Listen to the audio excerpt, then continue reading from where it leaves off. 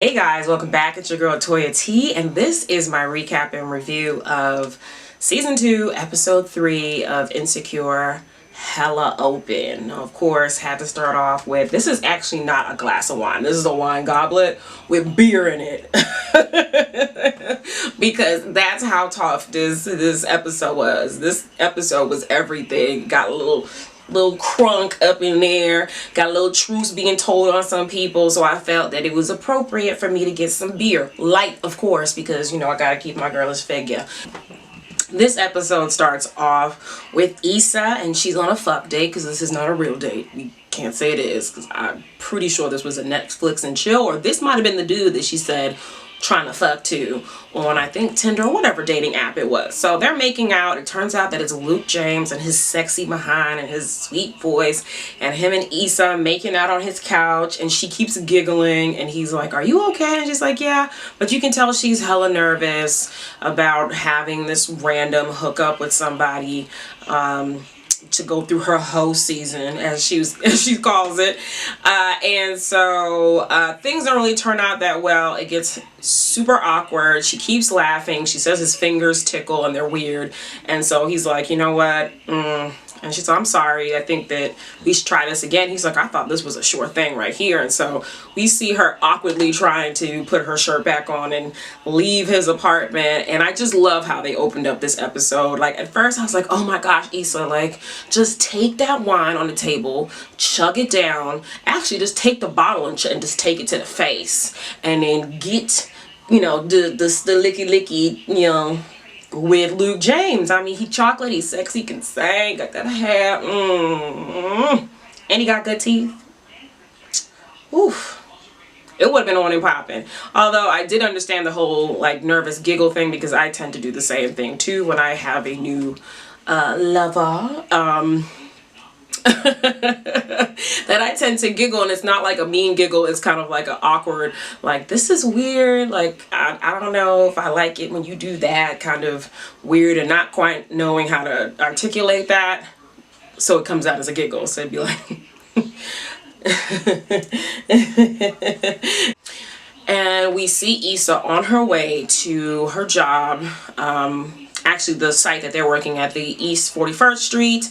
The We Got Y'all program is working pretty well, but for Frida, she's still having a problem, because although they're now getting more and more students to show up to their program, it's all black kids, pretty much majority black kids. And she said, "Don't you see this as a problem? I've been thinking about this all night." And Issa's just happy that they're getting kids to come through the door. I mean, these are a lot of kids, like half of the library, they have like seats filled, new kids coming in asking about programs and saying that the vice principal has suggested they check it out. And Frida is, trying to get, the Hispanic kids to come in, because she points out that the school is over 80% Hispanic, and she's upset that they're not being serviced by their program and not being interested. But what I find is funny is that they started off with the Hispanic kids and couldn't get an inroad. The teachers weren't helpful. The kids didn't seem to be very interested. And so the fact that they got black kids should be, just got kids in general should be great. I mean, you get one group and then you find a way to kind of develop the program there to the other students. But she seems to be one-track minded, and I think this is going to be a problem towards the end. So after that disastrous non-hookup with Luke James, Issa goes over to Molly's house. She's over there kicking with her. They're catching up, and she's like, "Girl, I don't know what's going on. Like, I never had a whole season. Like, because when I was able to have one, which if you don't know what a whole season is, it's pretty much when you young and you dumb and you full of cum, but it's okay, because you're young." And it's time to experiment and meet people and see what you like and you don't like and see what makes you feel good, without people really looking at you like, what the fuck you doing with your life, because you're in your early 20s and you're, like post-college, in college. And she said that she never had that, because as soon as she got out of college, she got with Lawrence, and they were just, together for 5 years. And so now she's looking to have a hoe season, so she asked Molly to help her learn how to hoe. Molly takes offense to it, but of course she knows how to help her. So they end up going to a club together. So they go out and club, and Issa walking slow, saying this is her sexy walk, but it's hilarious as hell. Of course, she strikes out again with 2 different dudes. One of them, she was trying way too hard. She's like, oh, you construction worker. That sounds like hard work. Like trying to make sexual innuendos, but it wasn't working. And dude was just like, I'm going to go. And he just took his phone and acted like he had a phone call and walked off. And so Molly got to see firsthand how Issa is just hella awkward and just doesn't know how to do. Like, she just seems so closed up, and I think that this is what they're talking about, like hella open. Like, I feel like she was closed and now she's being opened up. By the end of the episode, she's now open to the possibilities and to the whole season and to the just the hook up and deuces. And so during this, Molly actually meets somebody while she was trying to play wing woman and leave Issa alone with a gentleman and walked off with his friend. And it turned out to be Sterling K. Brown from This Is Us. And what was the other movie he was in? Gosh, now I'm forgetting. But you know him.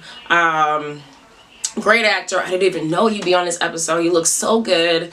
And so his name is Lionel, and he is like he's the male version of Molly. Like, he's all into her. He's like, can I get your number? You know, he's like laughing and joking with her. And so she gives him her business card, and he's like, oh, like that? She's like, yep. And she walks off. So that turns out to be something. Next, we catch up with Lawrence. I had to take a sip of beer because Lawrence is on that shit. Don't make no sense. So we see Lawrence. He is up in Tasha's apartment in bed with her, and she's sitting there talking to him about her family cookout that's coming up and her cousins or whoever, you know, already having family drama. And he's like, who's that? And you can tell he's kind of like, you know, not really comfortable or sure. He's in that weird place where he said that he wanted to have something that was open and free and not really attached, but then he's up at her house on a Thursday chilling. They got clothes on, and sign number 1 that no sex was happening and you are in a boo up situation. Girlfriend Tasha had her head wrap on. She had the silk head wrap on. She had TV on. It was apparently Shondaland TGIT. She was about to watch How to Get Away with Murder, and Lawrence was trying to, like, you know, rub up on her and kiss up on her. She's like, boy, you crazy. What you doing? And so he stops and it's like, dude, you in a relationship now. Like, if you came over here just to fuck, you shouldn't be hanging out here. Like, this is how dudes send out mixed signals. Like, if you want to fuck, leave. Don't be trying to introduce us to your friends. Don't be hanging out at our house. Don't be watching TV or eating food with us, or, you know, apologizing for shit that you don't gotta apologize for. Lawrence did all those things and caused a situation that we'll see resolve at the end of this episode. And so again, I don't know if I said it before, but let me not say it now. I'm gonna let Tasha say it for me, and I'll get there when we get there. So now we see Molly's on a date with Lionel, and he is everything that Molly says that she wants. He's good looking. He is the owner of his own business. He works for himself. He likes kids. He's not afraid of commitment. He was, you know, joking with her like, oh, like, you know, don't you wish that you could just, you know, speed past all the awkward dating and just go straight to the commitment and the marriage and the happiness? And she's like, like, just totally disinterested. And it's so funny because now it is like the reverse from the first season, where Molly was the one saying all these things to guys and they were just like, to her. And so now she's finally getting us, like, this is why I shouldn't drink beer during this, making me burp. Now, I'm gonna cut that out, maybe I'm not. So now she's seeing like what it is on the other side, and she's starting to see like how thirstiness can be very unattractive. And so I didn't necessarily think that what he was doing super unattractive, but then I just don't know what Molly wants. But then I get what Molly wants. Like, that is just all a part of adulting, especially when you're a black woman and you're looking to date black men. The pool is so small that even when you get a good one and he seems to be everything that you think you want, it turns out that it's not. And I don't know what it is to get over it. I mean, hence, maybe that's why I'm single, but I can see what Molly's issue is. Oh, did I forget to say that Molly is planning to get a new therapist, that she is already tired of the black female therapist and saying she's trying to get off of my business. And it's like, that's what you do when you go to therapy. Like, they're going to ask you questions and get all up in your business. So again, I don't know what Molly wants. Molly's funny. She's just really funny. She's just perpetually unsatisfied because, as the therapist said, she's on that everything should be this way. I should have A, B, and C. My 5-year plan needs to go like this. It will be like this, because if I put in hard work and I do this and I look like this and I, say this, then I will get that. And she doesn't realize that life doesn't work out that way. And I think it comes with the whole fact that she came from the projects and she worked her way, got an education, worked real hard, and was able to pull herself out of that situation. Is now, this high power attorney and doing so well. And so I think she thinks that all things in life kind of go that way. And we all know that it doesn't. Like, shit happens. That happens all the time. You think that you're going to get, from A to B, and it really is that you're going to go from A to C to B. So we see that Lawrence shows up to Tasha's family event. And before that, he was hanging out with his co-workers, and we find out, his co-workers are real cool. They're all around the same age. They're all young. Most of them are single. They talk about their random office hookups and different events they go to, particularly this Startup Saturday, where they go to these business startups networking event. And they said it's always really cool. It's just really nerdy people, and you do very well. And are you single? And he's like, well, man, I got a cookout to go to. That I promised someone that I would go to, which is Tasha's thing. And so, and he also mentioned that he's been to Phuket. And I'm sorry, I'm going to come off really classist. And maybe I'm just going to come off like Nicki Minaj, but this is how you go to Phuket.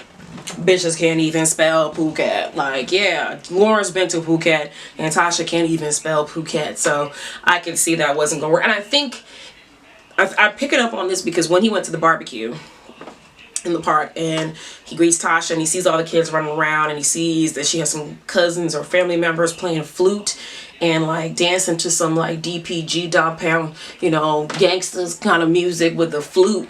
And the cousin of hers wants to hook up the speakers, even though he possibly can't play music in the park, and he's calling him the rules nigga. He's calling Lawrence the rules nigga. I think he started to see the disconnect. This, my friends are sophisticated, or just, they're doing well, but they're also not this. Well, I don't know. I feel like that's what he felt like. It was kind of a mismatch, and this is not where I'm at right now. I should be at that Startup Saturday event, the networking event, hanging out with other young professionals that do these kind of events, and talk about business startups, and going to Phuket and all these other things, and eating crickets. And so when he's there, it is really looking like bait up season, because they kiss each other when they greet. She introduces him to her play uncle. She asks him to go get Nana out of the wheelchair car. He brought chairs to the event. This is all bae activities and behavior. If this ain't your girlfriend and you just fucking, why are you doing all this stuff? This is on some serious relationship type shit. You ready to settle in and maybe move in with each other kind of stuff. So I don't know what both of them were thinking, but it hits the fan at the end, because eventually Lawrence gets a text from one of his coworkers and asks if he's coming to Startup Saturday, and he ends up deciding to go because he feels so uncomfortable at this event. And so he goes, has a great time. He tells Tasha, he lies to her and tells her that he has to do a work thing, he's gonna go do work, and he's really going to a work event, and goes there, has a great time. He's hanging out with them, making jokes, buying rounds of drinks, and she's texting him, where are you, how are you doing? He's like, I'm fine, I'm just one more time. He ends up missing the whole barbecue. It's nighttime. She calls him. So here's where the shit hits the fan. And this is where I can stop calling Tasha the Citibank, Chase Bank, titty hoe, because she was on some game here. So she calls him, is like, where have you been? What's going on? He's like, oh, I was in a work event. He tried to lie, yada, yada, yada, his way out of it. Tells her the truth, because that's Lawrence. And she's like, you know what? I introduced you, this is embarrassing. How embarrassing it is that you left this event after I invited you. If you didn't want to come, you didn't have to come. I know we weren't serious, but like you embarrassed me and everyone saw that you ghosted me at this family barbecue. And he's like, well, you know, I wasn't looking for anything serious. And she was like, here it comes. You know what, Lawrence? You a fuck nigga. And I was like, yes. Fuck nigga, fuck nigga, fuck nigga. You a fuck nigga.